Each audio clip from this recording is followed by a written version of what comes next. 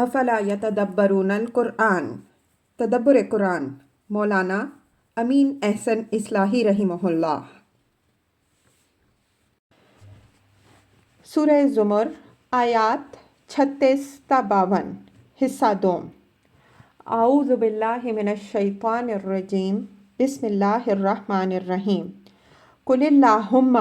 فاطر السماوات والارض عالم الغیب والشہادہ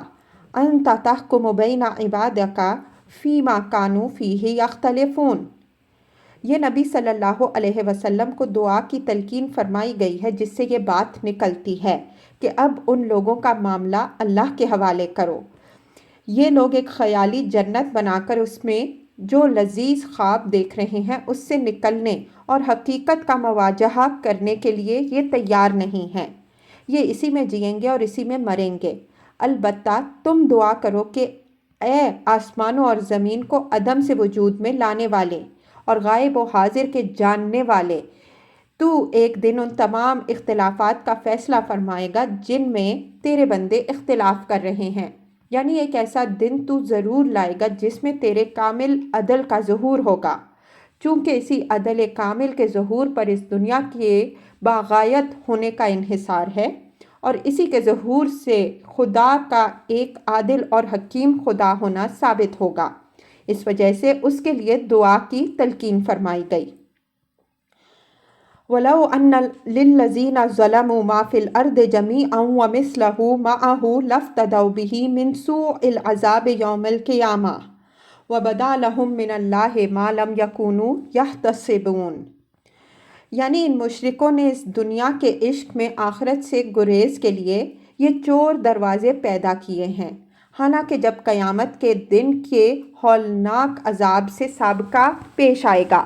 تو اس وقت ان کا حال یہ ہوگا کہ زمین کے اندر جو کچھ ہے اگر وہ سب ان کو حاصل ہو جائے اور اسی کے برابر اور بھی،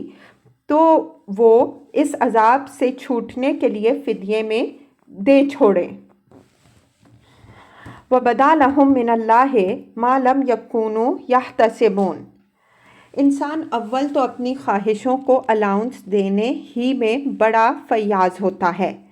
پھر وہ اس دنیا میں دیکھتا ہے کہ برابر وہ بڑے سے بڑا جرم کرتا چلا جاتا ہے لیکن اس کی کوئی پکڑ نہیں ہوتی۔ اس وجہ سے وہ آخرت کی فکر ہی سے بالکل بے پرواہ ہو جاتا ہے، اور اگر کبھی کوئی اس کی طرف توجہ دلائے اور خدا کے عدل و انتقام کے تقاضے سمجھانے کی کوشش کرے تو وہ اس کو محض واہمہ کی خلاقی پر محمول کرتا اور یہ گمان کرتا ہے کہ اگر آخرت ہے بھی تو بھلا ہم جیسے لوگوں کے ساتھ اللہ تعالیٰ اس طرح کا معاملہ کیسے کر سکتا ہے، جس سے یہ قرآن ہمیں ڈراتا ہے۔ یہ ایک عام فتنہ ہے جس میں لوگوں کی اکثریت مبتلا ہے۔ اس طرح کے لوگوں کو متنبہ کرنے کے لیے فرمایا کہ جب وہ روز حساب آئے گا تو اس طرح کے لذیذ خواب دیکھنے والوں کے لیے اللہ کی طرف سے وہ باتیں ظاہر ہوں گی جن کا وہ آج تصور بھی نہیں کر سکتے۔ آج وہ اس کی کریمی سے دھوکے میں پڑے ہوئے ہیں، لیکن جب وہ اس کے عدل و انتقام کی شان دیکھیں گے تب ان کی آنکھیں کھلیں گی اور انہیں نظر آئے گا کہ خدا جتنا بڑا کریم ہے اتنا ہی بڑا عادل اور منتقم اور قہار بھی ہے۔ وَبَدَا لَهُمْ سَيِّئَاتُ مَا كَسَبُوا وَحَاقَ بِهِم مَّا كَانُوا بِهِ يَسْتَهْزِئُونَ۔ اسی طرح انسان پر اس کے برے اعمال کے نتائج کی سنگینی بھی اس دنیا میں اس کے سامنے واضح نہیں ہوتی۔ وہ یہ اندازہ یہاں نہیں کر پاتا کہ اس نے فلاں عمل بد یا فکر بد کی جو فصل بوئی تھی وہ کس رنگ میں اپجی اور کس نوع کے اور کتنے زہریلے برگ و بار لائی۔ آخرت میں اس کے تمام افکار و اعمال کے نتائج اپنی اصلی شکل و صورت میں اس کے سامنے آ جائیں گے، اور وہ دیکھ لے گا کہ جن چیزوں کو اس نے حقیر سمجھا اور ان کا مذاق اڑایا آج وہ پوری طرح ان کے گھیرے میں آ گیا۔ وَإِذَا مَسَّ الْإِنسَانَ ضُرٌّ دَعَانَا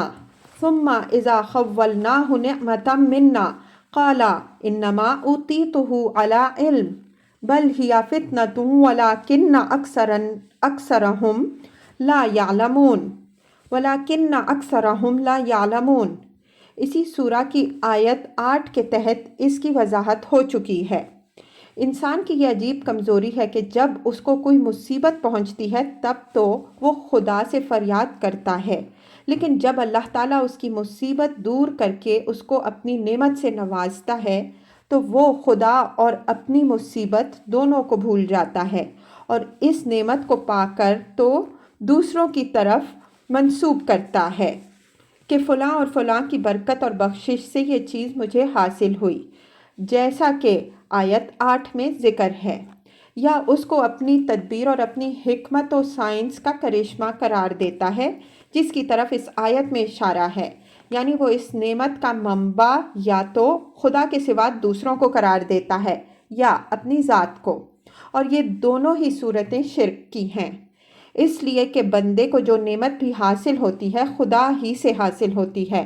دوسروں کی حیثیت اس میں ایک ذریعہ اور واسطہ سے زیادہ کچھ نہیں ہوتی۔ اس کی سائنس اور قابلیت بھی اللہ ہی کا عطیہ ہے، اور اگر وہ کسی کامیابی کا ذریعہ بنتی ہے تو خدا ہی کی رہنمائی سے بنتی ہے۔ بل ہی فتنۃ ولکن اکثرہم لا یعلمون، یعنی کوئی نعمت بھی کسی کو نہ غیر اللہ سے ملتی ہے اور نہ وہ اس کے علم و قابلیت اور اس کے استحقاق کا نتیجہ ہوتی ہے، بلکہ وہ اللہ تعالیٰ کی طرف سے ملتی ہے، اور اس کے ذریعے سے وہ بندے کا امتحان کرتا ہے کہ وہ اپنے رب کا شکر گزار رہتا ہے یا اس کو پا کر استکبار و طغیان میں مبتلا ہو جاتا ہے۔ لیکن لوگوں کی اکثریت اس حقیقت سے ناآشنا ہوتی ہے، اور یہ چیز ان کو شرک اور فساد میں مبتلا کر دیتی ہے۔ سورہ قصص میں قارون کا جو کردار بیان ہوا ہے، اس میں یہ حقیقت نہایت واضح الفاظ میں بیان ہوئی ہے۔ ان قارون کان من قوم موسیٰ فبغى علیہم وآتیناہ من الکنوز ما ان مفاتحہ لتنوء بالعصبۃ اولي القوہ اذ قال له قومہ لا تفرح ان اللہ لا يحب الفرحین وابتغ فیما آتاک اللہ الدار الآخرہ ولا تنس نصیبک من الدنیا وأحسن كما أحسن الله إليك ولا تبغ الفساد في الأرض إن الله لا يحب المفسدين قال إنما أوتيته على علم عندي أولم يعلم أن الله قد أهلك من قبله من القرون من هو أشد منه قوة وأكثر جمعا۔ سورہ قصص آیات 76 تا 78۔ قارون موسیٰ کی قوم میں سے تھا تو اس نے ان کے مقابلے میں سرکشی کی، اور ہم نے اس کو اتنے خزانے دیے تھے کہ ان کی کنجیاں ایک طاقتور پارٹی سے اٹھتی تھیں۔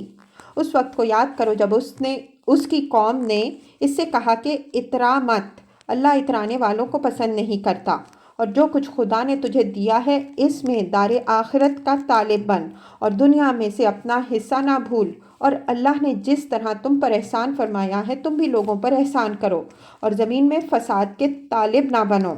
اللہ فساد برپا کرنے والوں کو پسند نہیں کرتا۔ اس نے جواب دیا کہ یہ دولت تو مجھے میرے علم کی بدولت حاصل ہوئی ہے، کیا اس کو نہیں معلوم کہ اس سے پہلے ہم نے کتنی ہی قومیں ہلاک کر چھوڑی جو قوت میں اس سے بڑھ چڑھ کر تھیں اور جمعیت میں اس سے زیادہ تھیں۔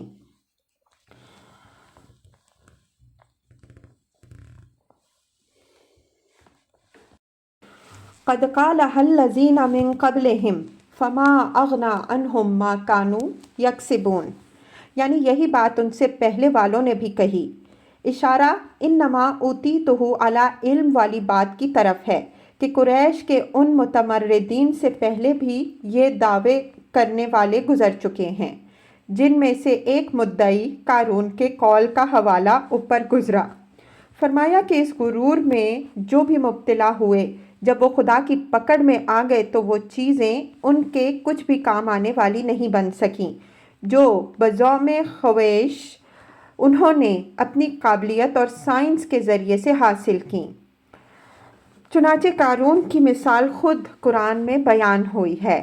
کہ وہ اپنے آپ کو تجارت اور مالیات کا بڑا ماہر سمجھتا تھا، لیکن خدا نے اس کا سارا خزانہ اس کے سمیت زمین میں دھسا دیا اور اس وقت اس کی کوئی تدبیر اس کے کچھ کام نہ آ سکی۔ فَأَصَابَهُمْ سَيِّئَاتُ مَا كَسَبُوا وَالَّذِينَ ظَلَمُوا مِنْ هَٰؤُلَاءِ سَيُصِيبُهُمْ سَيِّئَاتُ مَا كَسَبُوا وَمَا هُمْ بِمُعْجِزِينَ، یعنی جو لوگ اس قسم کے خبط میں مبتلا ہوئے بالآخر ان کے اعمال کے برے نتائج ان کے سامنے آئے۔ فرمایا کہ ان لوگوں یعنی قریش کے لوگوں میں سے بھی جن لوگوں نے اس ظلم کا ارتکاب کیا ہے، ان کے آگے بھی ان کے برے اعمال اور ان کی بری کمائی کے نتائج آ کے رہیں گے، اور جب ہم ان کو پکڑیں گے تو وہ ہمارے قابو سے باہر نہ نکل سکیں گے۔ اولم یعلموا ان اللہ یبسط الرزق لمن یشاء ویقدر ان فی ذلک لآیۃ لقوم یؤمنون۔ بعینیہ یہی مضمون سورہ روم آیت 37 میں بھی گزر چکا ہے، بس یہ فرق ہے کہ وہاں علم یرو کے الفاظ ہیں اور یہاں اولم یعلموا۔ مطلب یہ ہے کہ کوئی شخص آنکھیں رکھنے والا اور عقل سے کام لینے والا ہو تو اس امر میں اس کے لیے کسی اشتباہ کی گنجائش نہیں ہے کہ رزق و فضل کا تعلق انسان کے علم و اختیار سے نہیں، بلکہ تمام تر اللہ تعالیٰ کی مشیت و حکمت سے ہے۔ وہی جس کو چاہتا ہے زیادہ دیتا ہے اور جس کو چاہتا ہے کم دیتا ہے۔ کتنے ہیں جو بغیر سعی و تدبیر کے چاندی کا چمچہ منہ میں لے کر اس دنیا میں پیدا ہوتے ہیں، اور کتنے ہیں جو رات دن دنیا ہی کی فکر میں سر کھپاتے ہیں اور دنیا کمانے کا علم بھی رکھتے ہیں، لیکن پاتے اتنا ہی ہیں جتنا اللہ نے ان کی تقدیر میں لکھ رکھا ہے۔ یہ مشاہدہ بھی آئے دن اس دنیا میں ہوتا رہتا ہے کہ ایک شخص آج کروڑ پتی یا ارب پتی بلکہ تخت و تاج کا مالک ہے، اور دوسرے دن وہ بالکل دیوالیہ یا کسی جیل کی کوٹھری میں بند ہے۔ ان کھلے ہوئے مشاہدات کے باوجود اگر کوئی شخص اپنے مال و جاہ کے متعلق انما اوتیتہ علی علم کے گھمنڈ میں مبتلا ہو تو یہ ماننا پڑے گا کہ اس کی عقل میں کچھ فطور ہے۔ ان فی ذلک لآیۃ لقوم یؤمنون، یعنی رزق و فضل کے معاملے میں اس بسط و تقدیر کا جو مشاہدہ کرتا ہے اس کے سامنے اللہ تعالیٰ کی صفات سے متعلق بہت سی حقیقتیں سامنے آتی ہیں۔ مثلاً یہ کہ اس کائنات کی بادشاہی خدا ہی کے اختیار میں ہے، وہی جس کو چاہے بخشتا ہے، جس سے چاہے چھین لیتا ہے، کسی اور کی اس میں کوئی حصہ داری نہیں ہے۔ اس وجہ سے بھروسہ صرف اللہ تعالیٰ ہی پر کرنا چاہیے۔ یہ کہ اللہ تعالیٰ کا ہر کام اس کی رحمت اور حکمت کے تحت ہوتا ہے۔ اگر وہ کسی کو اس دنیا میں سے زیادہ دیتا ہے تو اس میں بھی اس کی حکمت ہوتی ہے، اگر کم دیتا ہے تو اس میں بھی اس کی حکمت ہوتی ہے۔ وہ ایک کو زیادہ دے کر اس کے شکر کو جانچتا ہے اور دوسرے کو کم دے کر اس کے صبر کا امتحان کرتا ہے، اور یہ فیصلہ قیامت کے دن ہوگا کہ ان میں سے کون کامیاب رہا اور کون نامراد ہوا۔ یہ کہ یہ دنیا دارالامتحان ہے اور دارالانعام نہیں، اس میں ہر شخص کا امتحان ہو رہا ہے، اور اس امتحان کے نتائج کے ظہور کے لیے قیامت کا آنا لازمی ہے۔ لقوم یؤمنون میں فعل میرے نزدیک ارادہ فعل کے مفہوم میں ہے، جس کی بہت سی مثالیں پیچھے گزر چکی ہیں۔ یہ ایک حقیقت ہے کہ انسان کو اس دنیا میں گمراہی جو پیش آتی ہے اس میں زیادہ دخل اس بات کو نہیں ہوتا کہ حقائق مخفی ہیں، بلکہ بیشتر یہ ہوتا ہے کہ حقائق واضح ہوتے ہیں لیکن انسان ان کو قبول کرنے کے لیے ارادہ نہیں کرتا۔ اس کے متعدد وجوہ ہوتے ہیں جن کی تفصیل اس کے محل میں گزر چکی ہیں۔